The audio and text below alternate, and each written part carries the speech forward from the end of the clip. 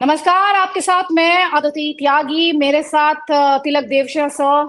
कई बार आप उन्हें अब देख चुके हैं और सर भी अब ये कंप्लेन नहीं कर सकते कि मैंने बहुत दिन बाद उन्हें पॉडकास्ट के लिए बुलाया है। इतने पैक्ड शेड्यूल में उन्होंने मुझे टाइम दिया है। एक तो सर मैं बहुत-बहुत आपकी आभारी हूँ। नमस्कार, धन्यवाद कि आपने इतने सारे चैनल्स के लिस्ट में मेरे इस इंटरव्यू के लिए एग्री किया। तो I am really grateful to you sir. और सब जानते हैं कि अगर पश्तून्स की बात हो, अगर पाकिस्तान पर स्पेशलाइजेशन और एक्सपर्टीज की बात हो, तो आपसे बेहतर वॉइस कोई होती नहीं है। और इसीलिए जो बलूचिस्तान में ये ट्रेन हाईजैकिंग हुई, क्या आप शॉक्ड हुए? आपने एक तरह का इंसाइक्लोपीडिया है आप। क्या आप शॉक्ड हुए ये जो डेवलपमेंट्स हुए हैं बीते 24 से 36 घंटे में पाकिस्तान में? Aditi, first of all, namaskar and Jai Hind. Thank you so नमस्कार, जय much Hind sir. for calling me on your आपने शो में बुलाया, अच्छा लगा। I always like आपसे बात करें तो अच्छा लगता है। थैंक यू, मैं सर। ये नहीं कहूँगा कि मैं was shocked. Actually मैं शॉक तो नहीं हूँ, मगर ये है कि इस तरह का वाकया कि पूरी ट्रेन को हाईजैक करना ये बहुत ही अनयूजुअल है और मेरे तसव्वुर में नहीं था। इनफैक्ट मुझे नहीं याद कहीं भी एक पूरी ट्रेन हाईजैक की गई। द क्लोजेस्ट जो आता है कि वो शोले पिक्चर में वो डाकू होते हैं, they try and hijack a train और जय और Veeru prevent the train being hijack, तो पिक्चर में था। बट रियलिटी में इन द ग्राउंड तो ये इतना बड़ा वाकया है कि अब लोग जब बात करेंगे बलूचिस्तान के बारे में तो ये करेंगे कि प्री जाफर एक्सप्रेस और पोस्ट जाफर एक्सप्रेस, कि इसके बाद जब वो होगा इट्स इन डिफरेंट ट्रेजेक्टरी और डिफरेंट लेवल में अब ये बलोच स्ट्रगल फॉर इंडिपेंडेंस पहुंच गई है इस वाक्य की वजह से। अब ये इमेजिन करें कितना मुश्किल है एक ट्रेन को हाईजैक करना। यू नो ट्रेन इज इसको रोकने के लिए आपको रॉकेट लॉन्चर्स चाहिए, आपको एक्सप्लोजिव्स चाहिए, you have to stop the train. फिर 450 लोग जो उसमें हैं उनकी कस्टडी लेना, आपके पास कितने लोग होंगे, कितने अटैकर्स होंगे कि उनको मेक श्योर करें कि वो भागे ना। फिर उनको सॉर्ट आउट करना और जो सिविलियंस हैं और जो खवातीन हैं और जो बच्चे हैं उनको रिलीज कर देना। और जितने जो सोल्जर्स हैं, अब सोल्जर्स भी पता नहीं, कोई कहता है 100, कोई कहता है 182, कोई कहता है 214 है। We are not sure of कि कितने सोल्जर्स हैं। और एक बात जो बड़ी सिग्निफिकेंट मुझे लगी कि इतने सोल्जर्स इकट्ठे कैसे ट्रैवल कर रहे थे। इतने लोग सडनली छुट्टी पर जा रहे हैं एक मिलिट्री स्टेशन से। कभी आई मीन 4-5 लोग छुट्टी पर जा रहे हैं, रमजान का महीना है, ईद मनाने लोग जा रहे होंगे, 200 soldiers going at the same time, और वो भी एक ही गाड़ी में। तो this is huge security lapse also.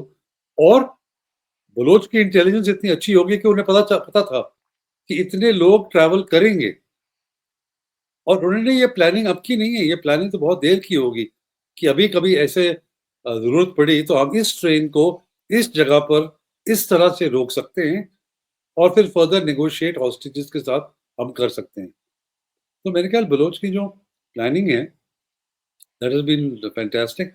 अब नतीजा इसका कुछ भी हो, क्योंकि बलोच तो जो आए हैं वो तो सर पे कफन बांध कर आए हैं, बट इसका नतीजा कुछ भी हो, अगर पाकिस्तान आर्मी की कैजुअलिटीज ज़्यादा होती हैं, बलोच कैजुअलिटीज होती हैं, बट ये जो लेवल है इस बलोच स्ट्रगल का, वो अब एक बहुत हाई लेवल पर पहुंच गया है। इंटरनेशनल कम्युनिटी को भी ये it is now resonating all over the world and people are asking कि भी ट्रेन को हाईजैक करने का क्या मकसद है। तो बलोच वांटेड टू शो कि दैट हमारे मसले क्या हैं and how what Pakistan is doing to us. अच्छा, एक और चीज जो इम्पोर्टेंट है कि कोई 10 दिन या 15 दिन पहले जो बलोच ग्रुप्स थे उन्होंने ये फैसला किया था हम आगे से जो भी एक्शन करेंगे वो कोऑर्डिनेटेड तरह से करेंगे, हम इकट्ठे मिलके करेंगे, ये नहीं कि isolated incidents here and there. तो मुझे लगता है ये पहला वाकया है combined and coordinated action of various Baloch group. उससे हम उन्होंने फैसला किया था they will call themselves the Baloch national army rather than different groups. They will call themselves the Baloch National Army.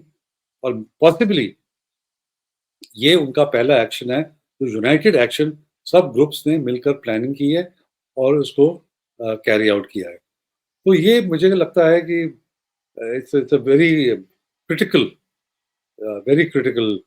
development that has taken place in Balochistan. Sir, कोई भी इस समय जो आपको सुन रहा होगा उसके मन में एक ही सवाल होगा और वो सवाल ये होगा, क्या बलूचिस्तान आजाद होने जा रहा है? क्या पाकिस्तान टूटने जा रहा है? और जब मैं आपसे सवाल कर रही हूँ तो मेरे मन में at the back of my mind I have Maulana Fazlur Rahman statement. उन्होंने अभी मुश्किल से शायद 1 हफ्ता हुआ होगा, उन्होंने ये कहा था कि बलूचिस्तान की कई डिस्ट्रिक्ट्स हैं जो आजादी का ऐलान कर सकती हैं। उन्होंने तो यहाँ तक कह दिया था कि यूएन उन्हें मान्यता दे देगा। आप इस क्वेश्चन को एक आप जैसा एक्सपर्ट जिसने बहुत इन डिटेल जाकर बहुत इन डेप्थ उस पूरी सोसाइटी को भी समझा है, स्ट्रगल को समझा है, आप क्या कहेंगे इसके जवाब में? देखिए, जो बलोच की स्ट्रगल है ना, ये अभी से नहीं शुरू हुई। दिस स्टार्टेड इन 1948, जब भी जो प्रिंसली स्टेट ऑफ कलात था उसका जबरन एक्सेशन किया गया पाकिस्तान में, और बलोच ने तब तो उनका जो कलात का भाई था Abdul Karim, he broke out in rebellion. तो तब से बलोच ने अपना merger accession to Pakistan accept नहीं किया। तो ये बड़ी लंबी जद्दोजहद है। अब चल के ये इस नहज पर पहुंची है क्योंकि ये यूनाइट हो रहे हैं, इनको बेटर वेपनरी मिली है। जो अमेरिकन छोड़ गए थे अफगानिस्तान में, वो टीटीपी के जरिए बलोचों को मिल गई है, तो नाइट विजन स्कोप्स, डिवाइसेस। हाँ, एंड दिस थर्मल इमेजिंग। तो इससे they are able to meet the Pakistan army. अच्छा, despite that, Pakistan army is a very strong, well organised army. वो इतनी जल्दी एक, हालांकि यह वाक्य बहुत बड़ा है, इस एक वाक्य से वो नहीं टूटने वाली या हिलने वाली या पीछे हटने वाली। बट इससे एक चीज जो होगी, जो बाकी जैसे बलोच हैं या डेफ पश्तून हैं या सिंधी हैं, उनको बहुत इंकरेजमेंट मिलेगा कि Pakistan army can be hurt in this manner. अगर हम यकजा होके कोई एक्शन लें, सो अगर ये स्मॉलर जो नेशनैलिटीज हैं, सिंधी हैं, पश्तून हैं, join with Baloch and they carry out action, and action is also combined with civil society protests. These are major development जो हम सिर्फ मिलिट्री की तरफ तवज्जो देते हैं, बट जो सिविल सोसाइटी की डेवलपमेंट हुई है इन बलूचिस्तान खास तौर से, और खवातीन जिस तरह उसको लीड कर रही है मूवमेंट को on the issue of missing persons, क्योंकि वहाँ के इतने लोग फादर्स हैं, हस्बैंड्स हैं, ब्रदर्स हैं, उनको उठा के ले गई है पाकिस्तान आर्मी। कई मिलते हैं, कई नहीं मिलते, कईयों की बॉडीज नहीं मिलती, कईयों की बॉडीज टॉर्चर्ड बॉडीज मिलती हैं। तो उससे बहुत गुस्सा है लोगों में, और इसको आर्टिकुलेट कर रही हैं Baloch Yakjehti committee which is led by women, और उनके जो लीडर है doctor Mahrang Baloch has been nominated for the Nobel peace prize. वो भी इंटरनेशनल कम्युनिटी के आगे आ चुका है। तो एक तरफ से सिविल सोसाइटी मूवमेंट है, दूसरी तरफ से आर्म्ड स्ट्रगल है, और पश्तूनों में भी सिविल सोसाइटी मूवमेंट बड़ी स्ट्रांग है। मंजूर पश्तीन और पश्तून तहफ़्फ़ुज़ मूवमेंट, और सिंध में तो बहुत ही सिंधी नेशनलिस्ट पार्टीज हैं जो पानी के मसले पे प्रोटेस्ट कर रही है। तो मुझे लग रहा है आगे चलकर there will be some sort of coordination among all these various groups. But इतनी जल्दी से बलोच लिबरेशन या किसी और पाकिस्तान का टूटना, मैं नहीं देखता कि अगले 6 महीने या 1 साल में ये होगा। हाँ, धक्के लगेंगे बहुत, और पाकिस्तान आर्मी को और पाकिस्तान स्टेट को बहुत ही केयरफुली आगे चलना पड़ेगा। इसी प्रॉब्लम पाकिस्तान में एक जो है कि एक लीडरशिप का फुकदान है, सिविल हो या मिलिट्री हो, कोई लॉन्ग टर्म विजन किसी का नहीं है, किसी की अंडरस्टैंडिंग नहीं है, किसी में वो इतनी करेज नहीं है कि सॉल्यूशंस जो ढूंढने हैं हमें, ये पॉलिटिकल मसले हैं, इनको आप मिलिट्री मीन से नहीं सॉल्व कर सकते। This requires a lot of courage. तो ये अभी पाकिस्तान में नहीं है, और मुझे लगता है वही गलती जो पाकिस्तान आर्मी ने ईस्ट पाकिस्तान में की थी, जिससे बांग्लादेश बन गया, वही गलती ये खैबर पख्तूनख्वा, बलूचिस्तान और सिंध में पाकिस्तान आर्मी करेगी, जिससे आगे चलकर पाकिस्तान की जो फेडरेशन की जो बॉन्ड्स हैं, they will really get weak. तो अभी सर इनको आप जद्दोजहद है प्लीज अभी। बात पूरी करें। हाँ, जद्दोजहद आगे है, but I think the path is very clear. Sir do you see the situation getting resolve? आपको लगता है कि सिचुएशन रिजॉल्व हो सकती है, या आपको लगता है कि जिस तरह से बीएलए की तरफ से भी स्टेटमेंट्स आ रहे हैं, वो तो कह रहे हैं कि हमें तो कोई कैजुअलिटी हुई नहीं है, पाकिस्तानी आर्मी क्लेम कर रही है कि हमने इतनों को मार दिया, इतनों को छुड़ा लिया। एक वॉर ऑफ नैरेटिव्स भी हम देख रहे हैं। दूसरी तरफ हम ये भी देख रहे हैं कि जो रिपोर्ट्स आ रही हैं वो ये कह रही हैं कि जो सिविलियंस थे उन्हें बलूच लिबरेशन आर्मी ने हाथ नहीं लगाया, महिलाओं को, बच्चों को सेफली वहां से सेफ पैसेज दिया, और वो क्वेटा रेलवे स्टेशन तक पहुंच भी गए। मदद उनकी की गई वहां तक पहुंचने में। ये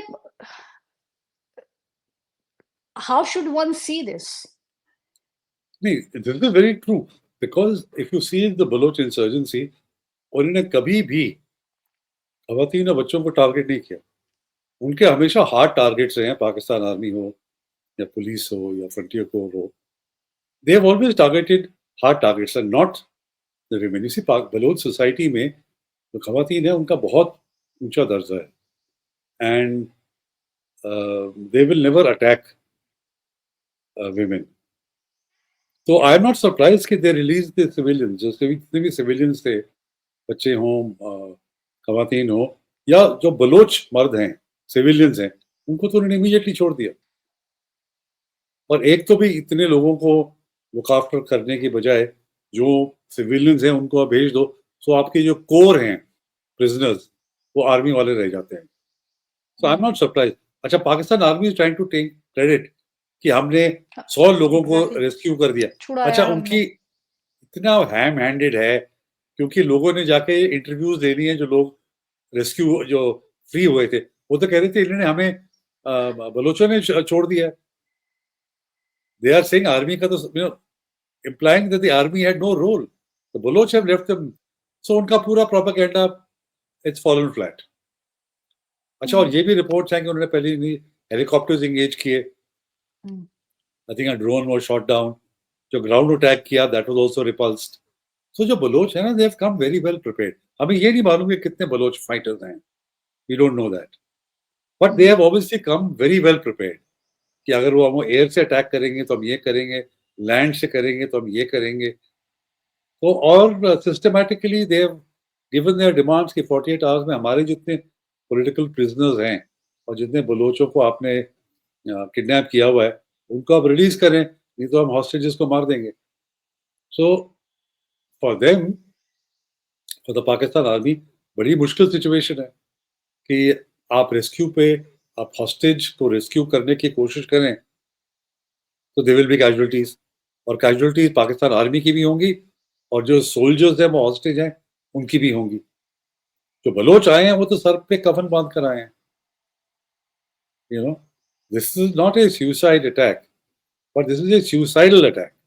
उनको मालूम है इनका रास्ता निकलने का मुश्किल है, but they are prepared for it. Sir मैं आपसे जानना चाहती हूँ, जो बलोच लिबरेशन आर्मी है, जिस हम मिलिट्री रेजिस्टेंस की बात करें, जो पूरा फोर्स खड़ा है, एक तो इसमें जाहिर तौर पे पाकिस्तान की तरफ से जो हम स्टेटमेंट्स लोगों के सुन रहे हैं इधर उधर, जो सोशल मीडिया पे भी डिस्कशन है, उसमें रा का नाम आना तो बहुत ही लाजमी है, क्योंकि जो भी वहां पत्ता भी गिर जाए तो रा ही करती है उनकी नजर में। तो रॉ को लेके इनके जो हमेशा से एक वो रहता है उनका टकराव। और दूसरा सा, अगर इस लेवल पर आज अब मैं बलूचिस्तान नेशनल आर्मी से कहूंगी, क्योंकि आपने खुद ही ये कहा कि सारे एक साथ आ गए, अगर इनके पास एंटी एयरक्राफ्ट मिसाइल्स हैं, अगर ये इस तरह के ऑपरेशन को अंजाम दे पा रहे हैं जो कि पाकिस्तान में अनहर्ड ऑफ है, तो ये इनके पास यानी इंटरनेशनल सपोर्ट है, और या ये पश्तून और बलोच जो इकट्ठा आए हैं, ये उसका इम्पैक्ट है, ये क्या है? देखिए, एक तो बलोच को लड़ना सिखाने की जरूरत नहीं है। बलोच पैदा होता है, उसके हाथ में एक बंदूक होती है, ही नोज द टेरेन उसका है, he knows it like the back of his hand, he can survive in very little. तो उसको कोई ट्रेनिंग है, उसको कोई सिखा नहीं सकता, सिखाने की जरूरत भी नहीं है। एक दूसरा, पहले इनके पास वेपनरी नहीं थी, अब वेपनरी मिल गई है उनको। जो अमेरिकन ने छोड़ी है थ्रू टीटीपी, वो वेपनरी उनको मिल गई है। और बिगेस्ट सपोर्ट जो बीएलए के पास है is of the people. People are supporting, क्योंकि पाकिस्तान ने उनको इतना दीवार से लगा दिया है that they have no option but to join the BLA or to support the BLA. आप देख लीजिए, first of all Balochistan didn't want to be part of Pakistan. फिर there are incidents where Pakistan army swore on the Quran that they will provide safe passage to people who are fighting. जब वो नीचे आए पहाड़ों से, उनको गिरफ्तार करके उनके खिलाफ केसेस किए और उनको हैंग कर दिया। So there is the legacy of broken promises कि आपने कुरान पे कसम खाई है और उसको आप तोड़ दो आसानी से। फिर इकोनॉमिक एक्सप्लॉयटेशन इतना है, पॉलिटिकल मार्जिनलाइजेशन है, एडमिनिस्ट्रेटिव मार्जिनलाइजेशन है। आप किसी भी ऑफिस में चले जाइए, सेक्रेटेरिएट में, सारे बाहर के ऑफिसर्स मिलेंगे। You will find very few Baloch officers. ऊपर से ग्वादर और सीपेक बन रहा है, यहाँ पे चाइनीज आके बैठ गए हैं। फिर आपके जो रिसोर्सेज हैं आपके, रेक को देखो या आप तेल का देख लीजिए। गैस वाज डिस्कवर्ड इन सुई इन द 1950s। पूरे पाकिस्तान में सप्लाई हुआ है पाइप गैस।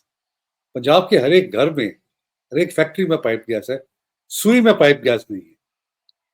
क्वेटा में गैस बहुत देर के बाद पहुंची है।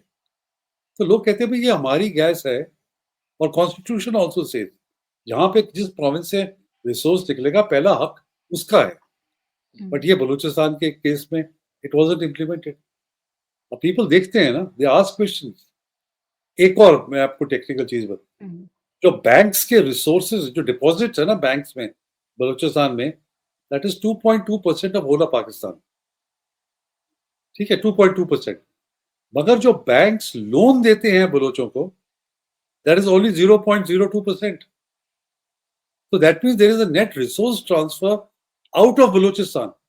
तो बलूचिस्तान का पैसा जो लोग जमा कर रहे हैं, उसको तो आप लोन्स में दीजिए ना, नहीं दे रहे लोन्स में। सो इतना पक पक के this has all come to a head. And ऊपर से मिसिंग पर्संस का जो मसला है, which is the single most important issue that is alienating the people and has brought women out into the streets. बड़ी कंजर्वेटिव सोसाइटी है, खवातीन बाहर नहीं आती, बट वो सड़कों पर है। सड़कों में कई तो लोग 10-10 साल से सड़कों में प्रोटेस्ट कर रहे हैं कि मेरा भाई किधर है, मेरा फादर किधर है, मेरा हस्बैंड किधर है। Can you imagine? तो ये सब मिलके ना, तो दिस इज द सपोर्ट। किसी इनको बाहर की सपोर्ट की जरूरत नहीं है इनको। और डायस्पोरा है, बलोच डायस्पोरा है। जब ओमान ने ग्वादर को वापस भेजा था पाकिस्तान में, तो एक कंडीशन उसमें ये थी कि Baloch people will be recruited for the Oman armed forces. तो वहां कमा रहे हैं, अब वो पैसा घर भेजते हैं। तो ये बड़ा आसान है। इसे पाकिस्तान की एक टैक्टिक रही है कि अपनी गलती नहीं मानना कि मेरी वजह से ये हो रहा है, किसी और की गलती है। ये तो इंडिया करवा रहा है, ये तो इजराइल करवा रहा है, ये तो यूएसए करवा रहा है, ये तो आप तालिबान करवा रहे हैं। अरे बेटा, अंदर भी तो देखो, तुम्हारी गलती क्या है? सर, आप इसमें आप, क्योंकि हमने बीएलए का जो स्टेटमेंट देखा उसमें चाइना का भी जिक्र है, तो आपको लगता है कि चाइना इस सिचुएशन में पाकिस्तान की हेल्प कर सकता है? और दूसरा, इंडिया को क्या करना चाहिए? और do you see Donald Trump also jumping in this? नहीं, जहां चाइना का सवाल है, China has been pressing Pakistan की भी, हमारे जो पर्सनल हैं और हमारे जो प्रोजेक्ट्स हैं, उनकी सेफ्टी की जिम्मेदारी आपकी है। अगर आप उनको प्रोटेक्ट नहीं कर सकते तो हम तैयार हैं अपने सोल्जर्स भेजने के लिए। ये बातचीत चल रही है। तो Pakistan of course said no, कि नो क्वेश्चन, हम इनको प्रोटेक्ट करेंगे। तो चाइना प्रेस कर रहा है पाकिस्तान को कि हमारे जो पर्सनल हैं और हमारे जो प्रोजेक्ट हैं, इनको आप प्रोटेक्ट करिए, और बलोचों पे और कड़ा एक्शन लेना है तो प्लीज लीजिए। सो वो तो चाइना का वो, और चाइना इज वेरी अपसेट कि उनके लोग मारे जा रहे हैं। जहाँ इंडिया का ताल्लुक है, I think there is nothing that we can do. हमें वॉच करना चाहिए। We can watch the situation. We have no local standard, we don't have a border, we should just watch the situation. हाँ, ये है कि people की sympathy है with the Baloch. So my recommendation would be, जितने जो लोग इंटरेस्टेड हैं, जितने बलोच हैं ऑन एक्स या ऑन फेसबुक, उनको फॉलो करें, पता चले आपको कि सही सिचुएशन माने में क्या है। अच्छा, जहाँ तक यूएस का ताल्लुक है, मुझे लगता है नहीं कि I think president Trump has open so many fronts. वो एट दिस स्टेज, आगे चलकर हाँ, अगर ईरान का फ्रंट कभी खुलेगा, then I think Balochistan will become important. A very interesting story. In the 70s, Henry Kissinger was a professor, a Harvard professor. So he had come on a visit to Pakistan. उस time insurgency चल रही थी बलूचिस्तान में. तो journalist asked him, then what do you think about the insurgency in Balochistan? तो उसने कहा, I would recognize the Baloch insurgency even if it hit me in the face. तो टिपिकली अमेरिकन, उनको तो कोई इल्म भी नहीं था कि बलूचिस्तान कहाँ है, इंसर्जेंसी कहाँ है, क्या है। तो ये उनका एटीट्यूड था। मुझे नहीं लगता ज़्यादा चेंज हुई होगी। Only few select people will be knowing about what is happening in Balochistan, but ज़्यादा इंटरेस्ट नहीं होगा। मुझे पता है आपको जाना है सर। अगर आप सिर्फ 20 सेकंड्स में मेरे इस क्वेश्चन को आंसर कर पाए। अभी आपने जिक्र किया था कि बलूचों के साथ वादा खिलाफी हुई, उन्हें पाकिस्तानी आर्मी ने कुरान पर कसम खाई, कुरान को साक्षी मान के, कि इनके खिलाफ कोई एक्शन नहीं लिया जाएगा। आप उसके थोड़े से डिटेल्स दे सकते हैं व्यूवर्स को, क्योंकि खुद मेरे लिए भी एक नई इन्फॉर्मेशन है। एक पहले तो 1948 में जब खान ऑफ कलात के भाई थे Abdul Karim, he was a group of followers had gone into the hills, और उसने 1-1.5 साल इंसर्जेंसी करी। उसके बाद उसको मैसेज भिजवाया गया कि आप आ जाओ नीचे, हम कुरान पे कसम खाते हैं कि आपके साथ कुछ नहीं होगा, आपको सेफ पैसेज दे देंगे। तो जैसे वो और उसके फॉलोअर्स वापस नीचे आए, उनको अरेस्ट करके उनको ट्रायल किया गया, उन सबको जेल भेज दिया। तो ये पहला जो वायदा किया था वो उसकी खिलाफ वर्जी थी। दूसरा 1958 या 1960 में 1 यूनिट के रीजन के लिए, एक 80 साल के बुजुर्ग थे, नौरोज खान जरगजाई, वो भी बगावत पे उतर आए, वो भी पहाड़ पे चले गए। उनको भी ये मैसेज दिया गया, कुरान पे हाथ रखकर हमने कसम खाई कि आपको सेफ पैसे देगा, कुछ नहीं होगा। तो जब वो नीचे आया, उनको अरेस्ट कर लिया जा, और उसके जो मेरे ख्याल 11 या 12 फॉलोअर्स थे, इंक्लूडिंग 2 ऑफ हिज सन्स, उन सबको फांसी दे दी। और फांसी देने के बाद ये जो 80 साल के बुजुर्ग थे, उस कमरे में सारी लाशें जमीन पर लेटी हुई थी। तो उनसे पूछते हैं कि इनमें से तुम्हारा बेटा कौन है, 80 साल के बुजुर्ग। तो उसने कहा ये सारे मेरे बेटे हैं। और फिर उसने देखा कि एक जो बलोच था, उसकी मूछें नीचे हो गई थी। जब उसकी फांसी लगी तो उसकी मूछ नीचे हो गई थी। तो ये बेचारा नीचे बैठा और बड़े प्यार से उसने, जो मरा हुआ था, उसके मूछ को ताव दिया ऊपर, और उसने बोला कि that even in death never let the enemy think that you have despaired even for a moment. कि मरते वक्त भी दुश्मन को ये मत दिखाना कि तुमने डिस्पेयर या तुमने कुछ मैंने किया। तो ये तो बलोच कौम है। यू कैन इमेजिन द जज्बा, the strength and the courage that they have. So जब ये मैदान में हैं, it will be very difficult to, as a people, जब पीपल रिवोल्ट करते हैं ना, जब पीपल इंसर्जेंसी पे आ जाते हैं, मिलिट्री पावर से आप इनको नहीं रोक सकते। आपको बातचीत करनी पड़ेगी, इनके मसाइल हल करने पड़ेंगे, या ये अपने मसाइल खुद हल कर रहे हैं। So these were the 2 cases. Akbar Bugti के साथ क्या हुआ, वो भी 80+ का था। उसको मुशर्रफ ने बुरी तरह से बोला कि you won't even know what hit you. Cave में जाके उसको बॉम्ब किया और उसको बेचारे को मार दिया। तो ये सब जो बलोचों के पास एविडेंस है कि हम पंजाबी पाकिस्तानियों को ट्रस्ट नहीं कर सकते, ये हमारे रिसोर्सेज को लूटने आए हैं, and nothing else. They will not give us our rights.